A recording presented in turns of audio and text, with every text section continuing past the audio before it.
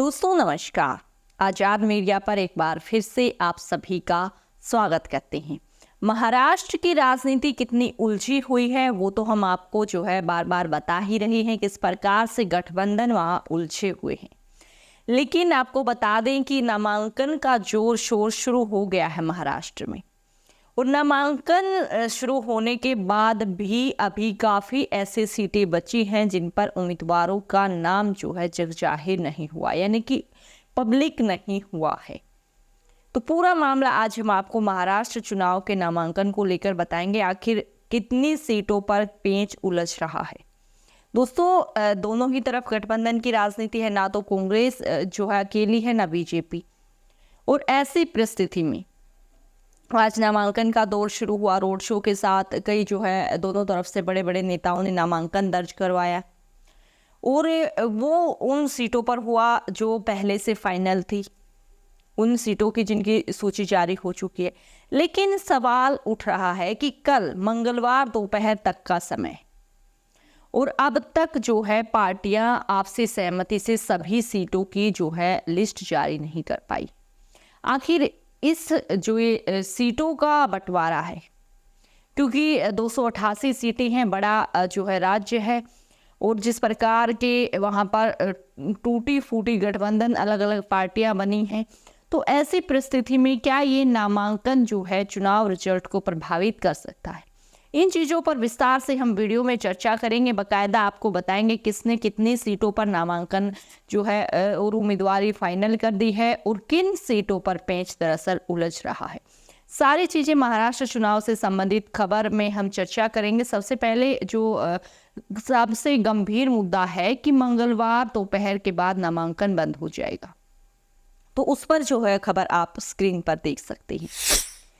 दरअसल 288 विधानसभा सीटों वाले महाराष्ट्र में विधानसभा चुनाव हो रहे हैं। एक ही चरण में 20 नवंबर को मतदान होगा और 23 नवंबर को परिणाम घोषित किए जाएंगे।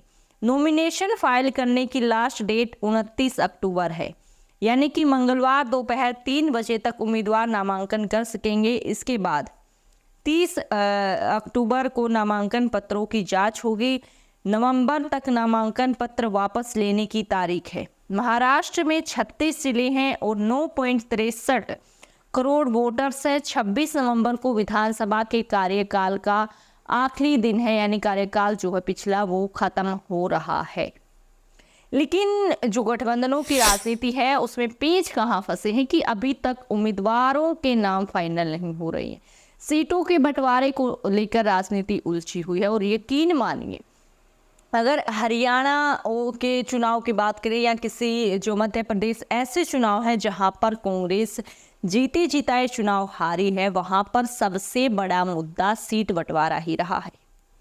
सीटों के बंटवारे इतना ज़्यादा महत्वपूर्ण हो जाता है, किसको कौन सी सीट और किस पार्टी को कितना मिल रहा है, कहाँ की सीट किसके लिए इम्पोर्टेंट है, ये इतना गहन चर्चा का विषय है दोस्तों, जो पूरे चुनावी खेल को पलट कर रख सकता है। और इसी कारण, क्योंकि दोनों तरफ गठबंधन भरी सरकारें हैं, तो इसी कारण दोनों पार्टियां इस पर सहमति नहीं बना पा रही हैं।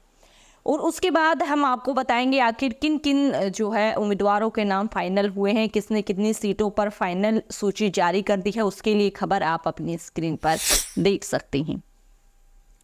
सत्तारूढ़ महायुति की बात करें तो गठबंधन ने 235 सीटों पर प्रत्याशियों के नाम का ऐलान कर दिया है।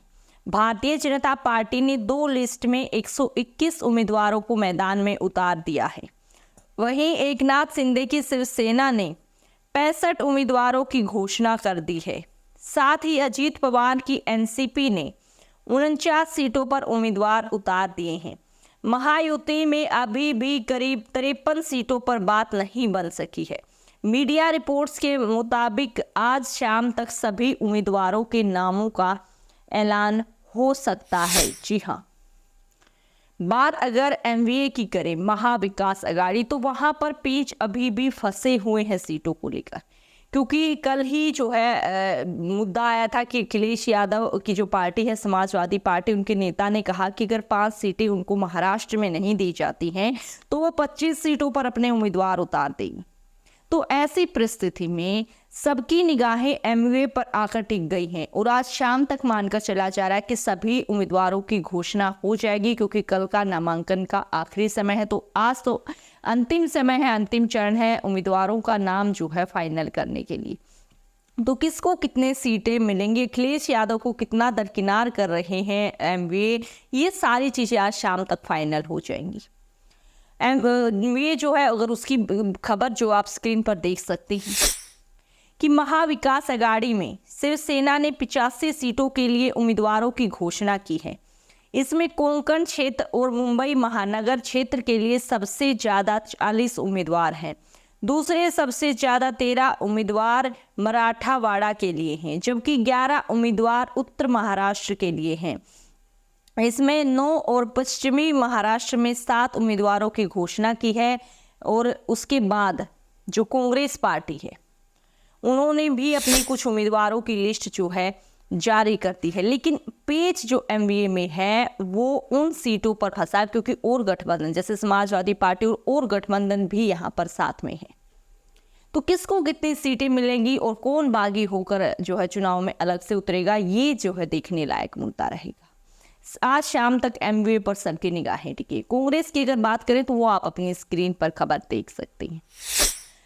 कांग्रेस ने 99 उम्मीदवारों की पहली लिस्ट जारी कर दी है। इसमें विदर्भ के लिए सबसे ज़्यादा 34, कोंकण और एमआर के लिए 17, पश्चिमी महाराष्ट्र के लिए 15, मराठावाड़ा के लिए 14 और उत्तर महाराष्ट्र के लिए 11 घोषित किए गए हैं। शरद पवार की एनसीपी ने अपने 67 उम्मीदवारों में से पश्चिमी महाराष्ट्र के लिए 29, मराठावाड़ा के लिए 12 और बाकी बचे 3 क्षेत्रों से 8 उम्मीदवारों के नाम घोषित किए हैं। यानी कि ये जो है अभी तक एमवीए की स्थिति है। लेकिन एमवीए का जो सहमति बनी थी 85 वाली, वो करीबन ठीक है। लेकिन जो बची हुई सीटें हैं, बची हुई पार्टियां हैं, समाजवादी पार्टी उसमें महत्वपूर्ण भूमिका निभा रही है। क्योंकि कल ही हमने आपको बकायदा पूरा वीडियो बनाकर डिटेल से बताया था, समझाया था किस प्रकार से समाजवादी नेता जो है, समाजवादी पार्टी के जो नेता हैं वहाँ से बगावत की बू आ रही है कि अगर 5 सीटें बिल्कुल क्लियर फाइनल उनको नहीं दी गई तो 25 सीटों पर समाजवादी पार्टी जो है अपने उम्मीदवार उतारेगी। और यहाँ पर जो गठबंधनों की राजनीति है उसमें तो आप समझ नहीं पाएंगे कि किस किस को असर होगा इसका। एंटी बीजेपी वोट तो कटेंगे, लेकिन उसका असर जो है गठबंधन की राजनीति में किसी पर भी जा सकता है दोस्तों, क्योंकि समाजवादी पार्टी का इतना ज़्यादा महत्व नहीं है वहाँ पर। बावजूद उसके अगर एक वोट भी इधर उधर होती है तो उसका नुकसान जो है एमपीए को ही होगा। क्या है आपकी महाराष्ट्र राजनीति नामांकन को लेकर आए, हमारे साथ कमेंट बॉक्स में जरूर शेयर करें। शाम तक सभी की लिस्ट जो है जारी होने की उम्मीद है। बाकी फिलहाल तक अभी इस रिपोर्ट में इतना ही। वीडियो पसंद आए तो लाइक शेयर, चैनल को सब्सक्राइब करें, वीडियो को शेयर करें। जय हिंद, जय भारत।